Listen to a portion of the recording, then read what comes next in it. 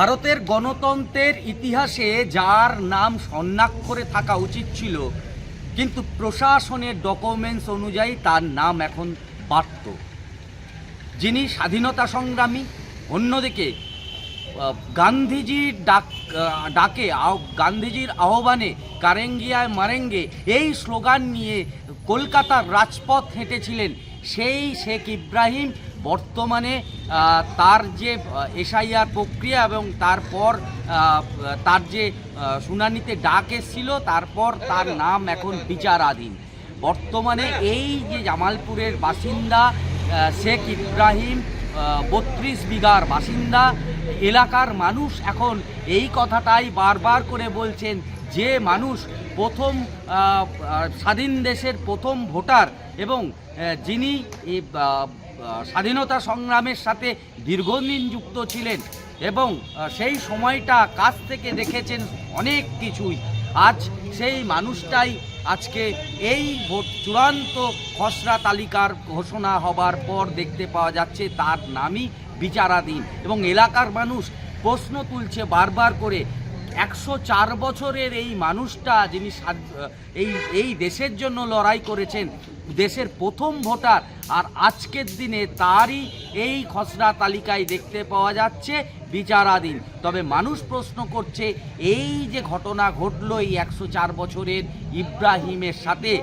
এই যে গোটা ঘটনা, তার দায় এলাকার মানুষই বলছেন যে নির্বাচন কমিশনে। স্বাধীনতা সংগ্রামী আপনি? হ্যাঁ, নিশ্চয়ই। যখন লড়কে লেগে আপনার গান্ধী মহারাজ যখন বললেন, স্লোগান দিলেন কারেঙ্গে যা মারেঙ্গে, তখন আমি নিজে কলকাতায় তখন একটা মেডিকেল দোকানে চাকরি করি, কর্মচারী ছিলাম।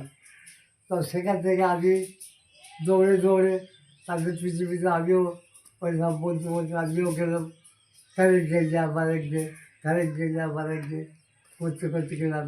সেটা হলো ইংরেজি 1942 সাল, 1942 সাল। হ্যাঁ, তখন গান্ধীজি এই ডাকটা দিয়েছিলেন। এসআইআর এসছে যে 104 বছর যে বয়স, যে এই যে এখনও ভোটারের নামটা বলছি যে তালিকায় গোলমাল, এইটা নিয়েই আর কি। তো এটা কি আর করা যাবে? আপনাদের পরিবারের আর কতজনের নাম? আরও আমাদের পরিবারের মোটামুটি আমি যেটা শুনলাম আমার দাদার মুখে, যে 4 জন, আমার বাবাকে নিয়ে 5 জন। বাবা তো স্বাধীনতা সংগ্রাম দেখেছেন কাছ হ্যাঁ, থেকে? দেখেছি।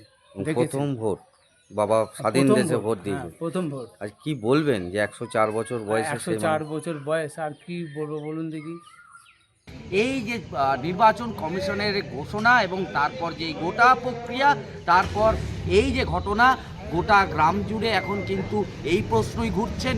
এবং ইব্রাহিমের পরিবারের তরফ থেকে বলা হচ্ছে শুধু শেখ ইব্রাহিম নয়, এই 104 বছরের বৃদ্ধ নয়, ওই গ্রামের এবং তার পরিবারের আরও 3 জনের এই ঘটনা ঘটেছে।